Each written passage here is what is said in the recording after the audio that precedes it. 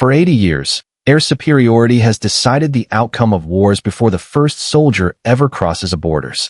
Whoever controls the sky controls the battlefield below. But the fighter jets that have ruled the sky since the 1990s, the F-22, the F-35, Russia's Su-57, China's J-20, are no longer the cutting edge. A new generation is being born, in classified hangars, in wind tunnels, on test ranges around the world. This is the story of the sixth-generation fighter, and the global race to build it first. To understand what's coming, you have to understand what's already here. Fifth-generation fighters like the F-22 Raptor and F-35 Lightning II changed air combat with three revolutionary ideas. 1. Stealth, the ability to hide from enemy radar. 2. Sensor fusion, seeing everything the aircraft can detect, all at once, on a single screen. 3. Supercruise, flying faster than sound, without burning fuel at maximum throttle. So what makes the next leap different? Sixth-generation aircraft aren't just stealthier. They're not just faster. They are fundamentally redesigned as the central node in a network of warfare.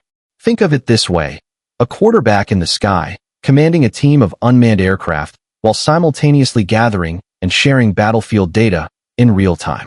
Here are the key defining traits that separate this new class. A. Manned-unmanned teaming. These jets will not fight alone.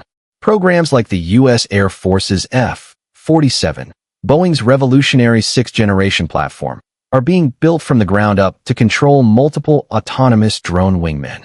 We call them collaborative combat aircraft. While the pilot stays in the safest airspace, these drone companions will scout ahead for threats, jam enemy radar and communications, strike targets on command, gather intelligence without risk to the crewed pilot. It's a force multiplier unlike anything we've built before. B. Adaptive, variable cycle engines. Next-generation propulsion is where physics meets engineering genius. Traditional jet engines are built for one purpose: maximum performance at one speed. But variable cycle engines shift their operating principles mid-flight. At low speeds, they behave like a high-bypass turbofan, prioritizing fuel efficiency. At high speeds, they reconfigure to maximize raw thrust. The result? Dramatically extended range and massive electrical output, the kind of power needed to run next-generation laser systems, hypersonic missile guidance, and AI-driven sensor suites that would drain older aircraft in minutes. Japan's GCAP program is betting heavily on this technology. C. All-aspect stealth and quantum sensor fusion. Fifth-generation jets are stealthy from the front. Sleek nose cones, angled fuselage, weapons hidden inside, but they're less stealthy from the side and rear. Sixth-generation aircraft are designed to reduce their radar signature from every single angle: front, back, sides, above, below, every angle. And the sensors? They're not just more powerful, they're integrated differently. Older jets overwhelm pilots with data. Next-gen AI fuses information from radar, infrared, signals intelligence, and even quantum-enabled sensors into one crystal-clear tactical picture. The pilot isn't drowning in information anymore. The pilot is seeing the battlefield. D. Artificial intelligence as a co-pilot. This is the most controversial feature of sixth-generation design. Machine learning systems won't make the final decision to fire a weapon. That remains entirely human. But AI will predict enemy moves seconds before they happen, prioritize threats in milliseconds, manage drone formations autonomously while the pilot focuses on strategy, handle systems management, managing temperatures, fuel, power distribution, the thousand small decisions that currently exhaust pilots. Essentially, the machines handle chaos. The human handles judgment. In short, the next generation of fighter aircraft isn't just a faster, stealthier airplane. It's a flying command post, a sensor platform, a weapons system, and a network hub, all in one. One of the most important and least discussed requirements driving sixth-generation fighter design is compatibility with hypersonic weapons. We're talking about missiles traveling faster than Mach 5. That's 5 times the speed of sound. That's roughly 3,800 miles per hour. Here's why that matters. Hypersonic weapons compress decision-making. With traditional cruise missiles, you have hours to detect a threat, plan a response, and strike back. With hypersonic weapons, a target can be destroyed in minutes, sometimes seconds. That means the aircraft carrying these weapons needs extraordinary sensors to find moving targets from hundreds of miles away, massive computing power to track and guide weapons at speeds that would liquefy most materials, data links so fast and so secure that adversaries cannot intercept them. That requirement is reshaping the aircraft itself. Internal weapons bays are being redesigned, enlarged, to house longer, heavier munitions without compromising the stealth profile. Power systems are being scaled up dramatically because directed energy weapons, think laser cannons and microwave jammers, and hypersonic missile guidance systems demand vastly more electricity than older jets were ever engineered to produce. We're talking about aircraft that need to generate megawatts of power on demand. The result is a new class of aircraft altogether. Not just a dogfighter, not just a reconnaissance platform, but a mobile, airborne strike system, one that can hide from radar, launch hypersonic weapons, and deliver them with pinpoint accuracy from hundreds of miles away, faster than sound itself can travel. That's the future these jets are being built to fight. The race for sixth-generation air power is now running through several competing programs, each with a fundamentally different strategy. The United States, leading the acceleration. The United States is furthest along, at least publicly. Boeing's F-47, developed under the Air Force's next-generation air dominance program, was selected in 2025. It's backed by billions of dollars. We're talking $8.5 billion in funding as of 2026 alone. The timeline is aggressive. First flight, estimated 2028. Service entry, before 2029. That's incredibly fast for a crewed tactical aircraft. Parallel to the F-47, the U.S. Navy is pursuing its own carrier-based sixth-generation jet, called the F/AXX. Picture a fighter jet designed to launch from an aircraft carrier, operate in the most contested airspace on Earth, and return safely. These three nations have pooled their expertise into the Global Combat Air Program, or GCAP. This represents the consolidation of three separate national programs. The United Kingdom's Tempest, a long-running, classified stealth fighter concept.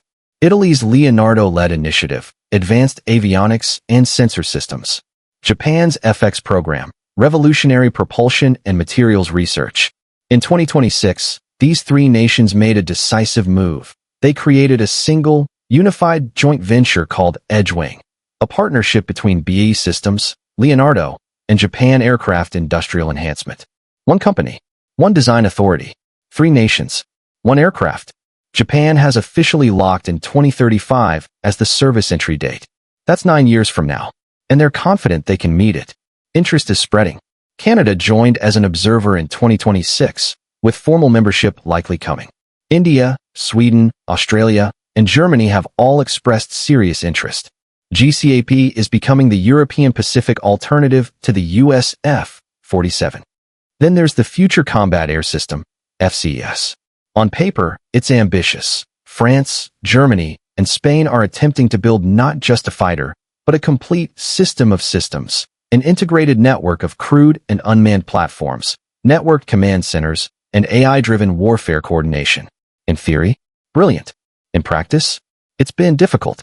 The program has been paralyzed by disputes between French and German industrial partners, Dassault Aviation and Airbus Defence and Space, over workshare, intellectual property rights, and design authority. France wants 80% of the industrial work. Germany wants equal partnership. France wants a carrier-capable aircraft that can deliver nuclear weapons. Germany has no aircraft carriers and no nuclear weapons. So, why? These disagreements have missed multiple decision milestones. The program's target entry date has slipped from 2040 to potentially 2045. By comparison, the F-47 enters service in 2029, GCAP in 2035. FCAS is already 10 to 15 years behind. Meanwhile, China is flying. Starting in late 2024, intelligence agencies detected two next-generation prototypes undergoing flight tests. The Chengdu J-36, believed to be the more advanced platform. The Shenyang J-50, a carrier-capable variant. By early 2026, videos showed these aircraft performing high-speed maneuvers, not just experimental hops, but sustained, aggressive flight testing. Details are scarce and classified, but analysts assess that these aircraft are built around advanced stealth from all angles, extended range for Pacific operations, heavy weapons payload to strike targets at extreme distance, AI-integrated avionics. China has every incentive to move fast. They're building these jets to challenge U.S. and allied dominance in the Pacific. They're race-aware, and they're not slowing down. Russia continues to refine its fifth-generation Su-57, which remains in limited operational service. But as for sixth-generation capability, Russia's program is significantly behind the West and China. It's hampered by sanctions, industrial constraints, and the massive human and financial costs of its ongoing conflicts. Russia has a sixth-generation concept. It does not have a flying prototype, and likely won't for years. What's emerging isn't one race. It's several races, each shaped by different ambitions, different budgets, and different industrial politics. The U.S. is pushing speed and funding. GCAP nations are betting on collaboration and engineering excellence. France is struggling with European politics. China is advancing quietly but aggressively. And Russia is being left behind. If today's fighter pilot is a hunter, then tomorrow's pilot will be more like a conductor. Picture this scenario. It's 2032. A single pilot is flying a stealthy sixth-generation fighter deep into contested airspace over a hostile nation. The aircraft is completely silent from a radar perspective, invisible. Surrounding this pilot, spread across 50 miles in every direction, is a formation of unmanned drone wingmen. Some are scouting for threats. Some are jamming enemy radar. Some are carrying weapons. The pilot doesn't see them, doesn't need to. The AI displays a tactical picture showing exactly where each drone is, what it's sensing, and what threats are emerging. The pilot issues a single command. In milliseconds, the drones respond autonomously. They move into position. They jam. They report. They prepare to strike, all without further human input. When the moment comes for lethal action, the pilot makes that decision. Only the pilot. But the machines have done the impossible work, the sensing, the tracking, the positioning. That's the future of air combat. Air combat is shifting from individual dogfights to networked warfare. Success no longer depends on any single aircraft's raw performance. It depends on how well that aircraft shares data across an entire force: jets, drones, helicopters, ships, satellites, ground troops, and AI systems, all seeing the same picture in real time. It's called the kill web, a network of sensors and weapons so tightly integrated that a target detected by one node can be destroyed by another in seconds. Artificial intelligence will take on more of the split-second decisions that once fell entirely to pilots. But here's what's critical. Humans retain control over the choices that matter most. Like the decision to use lethal force. AI handles chaos. AI handles speed. AI handles complexity. But judgment? Accountability? The decision to take a life? That stays with the human. And speed itself, is being completely redefined. It's no longer just about how fast a jet can fly.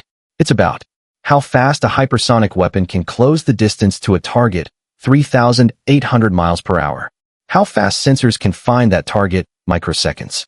How fast AI can process threats and recommend action, nanoseconds. How fast data networks can coordinate an entire fleet of aircraft and drones at light speed. The fighter jets of the next generation won't just be faster or stealthier than the ones that came before. They'll be smarter, more connected, built for a battlefield where the line between the aircraft and everything flying alongside it starts to disappear entirely. The race to build these aircraft is already underway. Programs in the United States, Europe, and China are accelerating toward the early 2030s. The question isn't just who gets there first. The question is, who gets it right? Who builds the aircraft that will dominate air combat for the next 30 years? Who controls the future of warfare itself? That race is happening now.